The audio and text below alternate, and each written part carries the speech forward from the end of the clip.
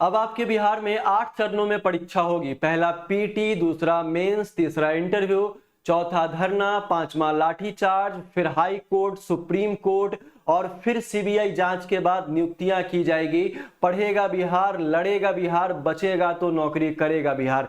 जी हाँ दोस्तों, मैं बात कर रहा हूं बिहार सिविल कोर्ट के बारे में। बिहार सिविल कोर्ट का जो स्टेनोग्राफर का एग्जाम था, जो आपका स्किल टेस्ट का एग्जाम था, जो 8 मई को लिया गया था, वो पूरा का पूरा पेपर कैंसिल कर दिया गया है। हम लोगों ने अनुमान लगाया था कि जिस भी सेंटर का एग्जाम कैंसिल हुआ है उसी का पेपर फिर से कराया जाएगा। बाकी सारे लोगों का जो पेपर हो चुका है वो एज यूजुअल रहने वाला है। लेकिन कभी कभी होता क्या है कि सोच से परे काम हो जाता है ना। तो यही बिहार सिविल कोर्ट ने किया है कि भैया पूरा का पूरा एग्जामिनेशन जो है वो आपका कैंसिल कर दिया गया है। अब इस नोटिस में अगर आप खुद से पढ़िएगा तो खुद से क्या लिखा है इन्होंने कि in view of resolution of the centralize selection appointment committee dated 8/5/2024 taken in respect of report submitted by the center observer duty approved by the honorable court all the concerned candidate are hereby informed that। अब यहां पे inform किया जाता है जो exam 8 को हुआ था उसके रिगार्डिंग में लिखा है स्किल टेस्ट हेल्ड ऑन 8/5/2024 को जो स्किल टेस्ट लिया गया था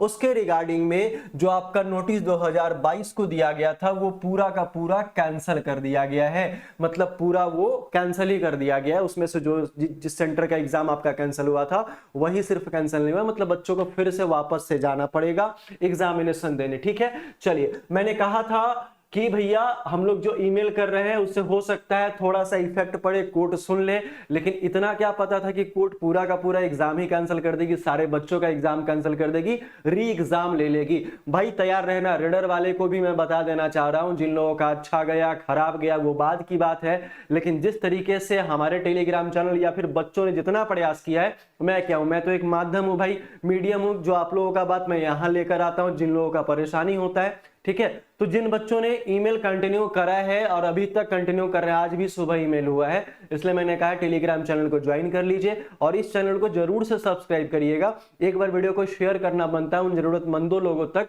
जिन लोगों को जरूरत है इस चीज की, इस इंफॉर्मेशन की जरूरत है। ठीक है, चलिए तो यहां पे इन्होंने ये लिखा है, तो ये पता हो गया, रीडर वाले तैयार रहना भाई। चलिए उसके बाद क्या लिखा है, द कैंडिडेट्स आपका who had earlier applied bilingual stenographer या फिर आपका इंग्लिश स्टेनोग्राफर या फिर आपका हिंदी का जो स्टेनोग्राफर है जो भी है आपका, उसके लिए क्या किया गया है, मॉडिफाई आपका यहां पे एक लिंक दिया गया है। मॉडिफाई लिंक कहने का मतलब है कि आपको यहां पे क्या करना पड़ेगा, रजिस्ट्रेशन नंबर और नाम यहां पे फिलअप करना पड़ेगा। मैं वो वेबसाइट पे भी आपको लेकर चलूंगा तो मैं आपको बता दूंगा। ठीक है, कब तक आपका, तो 28/5/2024 तक ये क्या करना पड़ेगा आपको, ये वहां पे मॉडिफाई करना पड़ेगा। कल फिर से 4 लोगों का रिजल्ट दिया गया था, तो जिन लोगों का रिजल्ट था उसमें 4 रिजल्ट और जोड़ लो और उनके लिए भी 28 तारीख तक का टाइम दिया गया है। ठीक है, तो ये आपका लिंक है, लिंक पे कैसे जाना है मैं बताऊंगा, वीडियो के एंड तक बने रहिएगा, बहुत इंपॉर्टेंट इंफॉर्मेशन है। और शेयर करने का और एक बार लाइक जरूर कर लीजिएगा भाई साहब। ठीक है, चलिए अब ये जो आपका यहाँ पे साइड दिया गया है, यहाँ पे आपका मॉडिफिकेशन का लिंक दिया गया, ये आपको करना है। लिखा है the mode and manner and other modalities आपका of skill test will be the same as mentioned in the notice dated 26/4/2024। मतलब सारा व्यवस्था वही रहने वाला है जो आपका 26 तारीख के नोटिस में दिया गया था। इनका बस एग्जाम कैंसिल हुआ है, बाकी प्रोसेस जो है वो सारा का सारा वही रहेगा। ठीक है, अब date of skill test will be published later on, मतलब अभी स्टेनोग्राफर का स्किल टेस्ट का डेट नहीं आया है, बहुत जल्द आपका वो भी दे दिया जाएगा। ठीक है, ये टेलीग्राम चैनल आप यहां पे ज्वाइन कर सकते हैं, 1674 मेंबर है, इसका लिंक आपके डिस्क्रिप्शन बॉक्स में दिया गया है। यहीं से हम लोग ईमेल अभियान चलाते हैं बहुत शांति तरीके से, बिना किसी खर्च का, और सिविल कोर्ट तक अपनी बातों को पहुंचाते हैं। ठीक है, चाहे वो माध्यम कोई भी हो, कोई भी लोग पहुंचाए, लेकिन यहां से हर रोज सुबह 10 बजे ईमेल होता है कि जिन लोगों का प्रॉब्लम है उन लोगों के रिगार्डिंग। ठीक है, आप इस नंबर पे भी कॉन्टेक्ट कर सकते हैं। इंटरव्यू बैच भी यहाँ पे स्टार्ट होगा, 20 मई से स्टार्ट होगा, है ना। जिन लोगों को लगता है, अब लगता क्या है, अब तो एग्जाम देने के बाद ही कुछ समझ में आएगा, लेकिन अब एग्जामिनेशन कब क्या क्यों हो जाए और कैसे हो जाए ये ना आपको पता है ना मुझे पता है, ठीक है।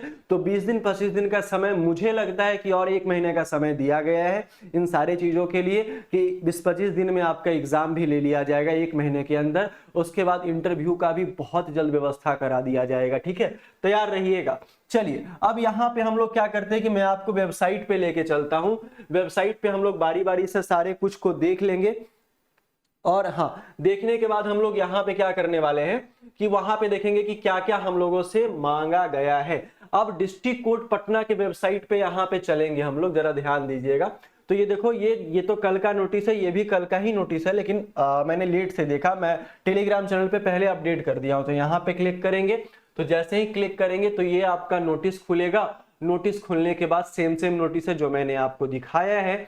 अच्छा, ये मैंने आपको दिखाया, तो मॉडिफिकेशन यहाँ पे स्टेनोग्राफर का लिंक यहाँ पे दिया गया। तो जैसे ही यहाँ पे क्लिक करोगे आप उसी पे, तो देखो यहाँ पे ऑफिस ऑफ द कन्वेनर आपका सेंट्रलाइज सिलेक्शन अपॉइंटमेंट कमिटी कम डिस्ट्रिक्ट सेशंस जज पटना के तरफ से है।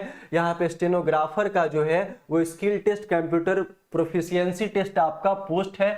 एम्प्लॉयमेंट नोटिस ये है।